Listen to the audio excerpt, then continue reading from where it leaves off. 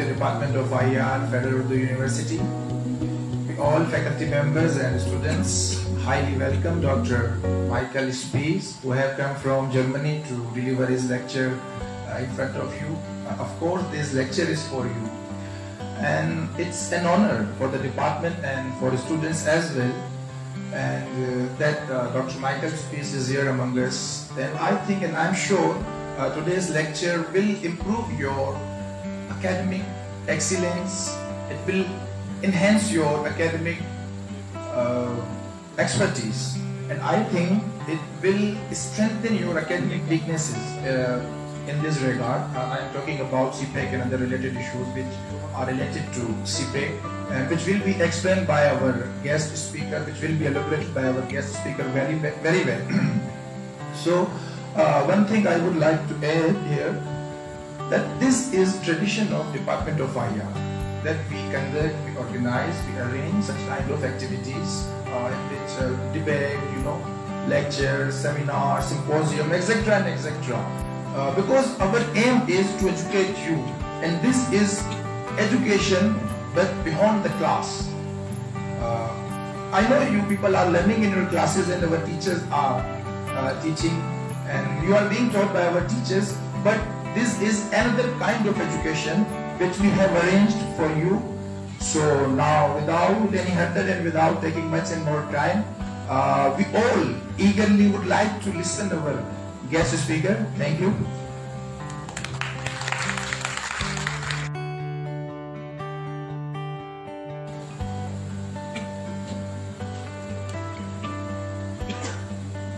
शुक्रिया।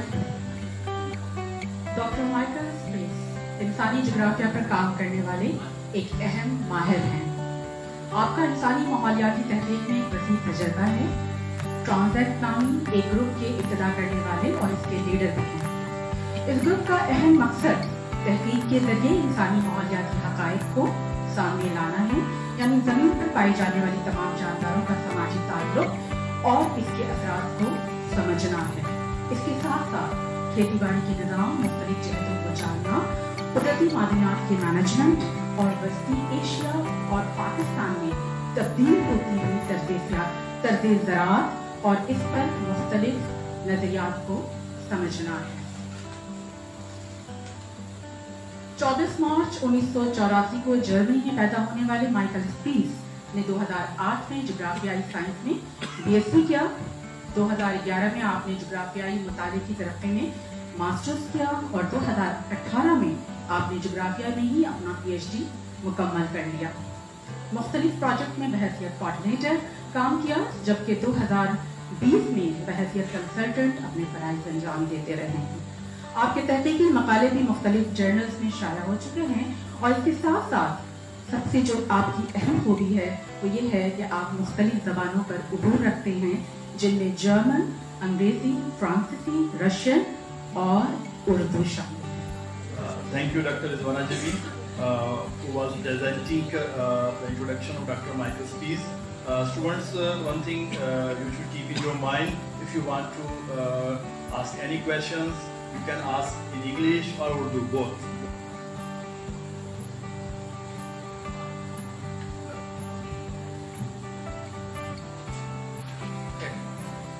First of all, I would like to thank you all for coming. To thank the Honorable Chairman and my friend Faisal for arranging this talk. And thank you very much for this kind of introduction. So please, I hope everyone will help with translation. If you have any questions in Urdu, otherwise we can speak Slush today. It's also, I wrote a research paper on it that will be published early next year, hopefully next 1 to 2 months. So then you can also read about it, those of you who are interested in the topic. So my name is Micheal Spies, or Micheal Spies, as my name is pronounced in the English language. And my current project that I'm working on is a team of 6 researchers, and the project is called Transact. Agrarian Transformations and Social Ecological Complexities.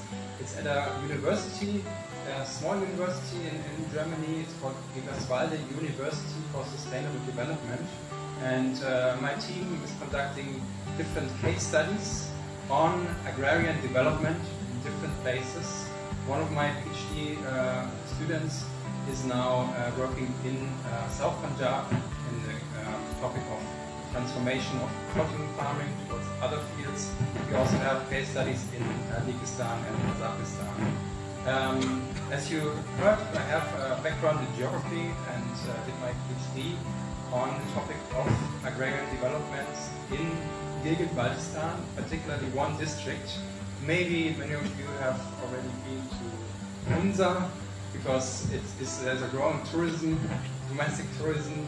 The district I was focusing on is called Naga district, which is on the way to Hunza. So I will discuss some of my insights, particularly from this community. But the topic of today is the question of how the CPEC, China-Pakistan Economic Corridor, shapes or is predicted to shape agricultural development in Pakistan. And for this, we have to connect the, let's say, international level, the bilateral negotiations between Pakistan and China and related policies.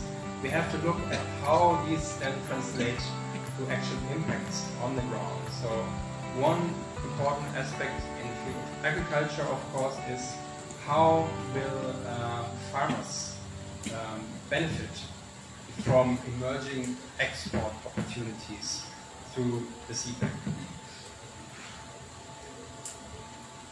So my presentation today, or my talk today, I structured into maybe two parts. I think about 30, 40 minutes, if that's okay, as input. So first, I want to give a more general introduction of the nexus or the interlinkage of agricultural development in Pakistan and the China-Pakistan Economic Corridor, and what are the recent policy developments in this regard. So a more general picture.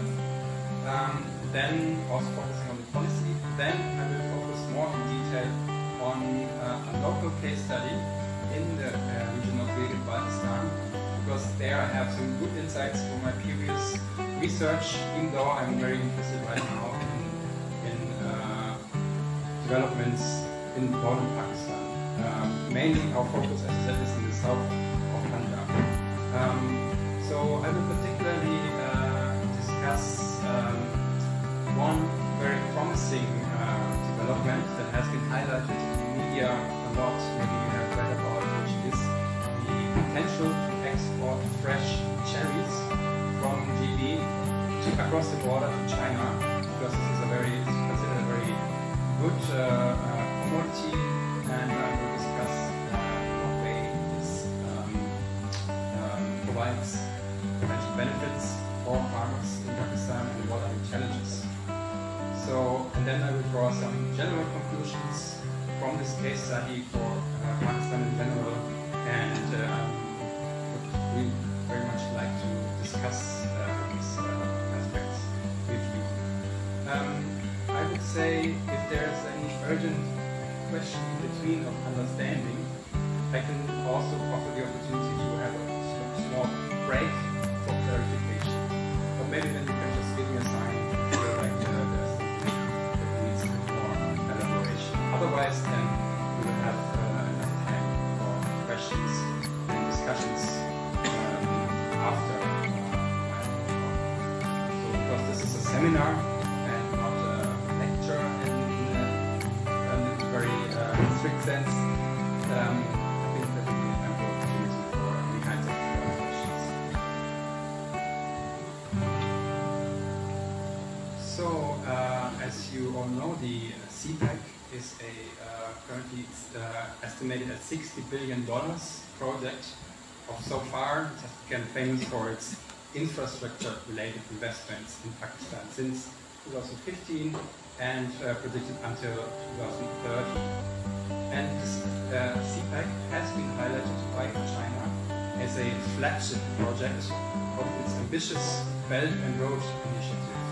So this Belt and Road Initiative aims to increase regional connectivity and cooperation between China and many countries worldwide. On one hand, this Belt and Road Initiative, the BRI, will strengthen China's global position as a leading power, especially in Asia, but also offer mutual economic benefits with the countries that it cooperates with. So this is the promise and the big hope of our cooperating countries. For China, of course, the CPEC is a particularly important project, among others due to various geopolitical reasons, and especially because it provides access to a new transportation route to the Arabian Sea through the Wadi Port. For Pakistan, I can say that the CPEC provides a good opportunity, a chance for foreign investment, for an infrastructure upgrade, and also for economic development. So we have already experienced good improvements in the electricity supply, new powerhouses built, especially in Punjab, and there have been major road improvements, new motorways, and of course, so the focus is on transportation and energy. I would say the transportation sector is it's logical because it's about connectivity, but the energy project actually that was a priority of Pakistan in these negotiations. So it's not the prime interest of China, but we know that in many places electricity has much improved. So there are clear benefits already.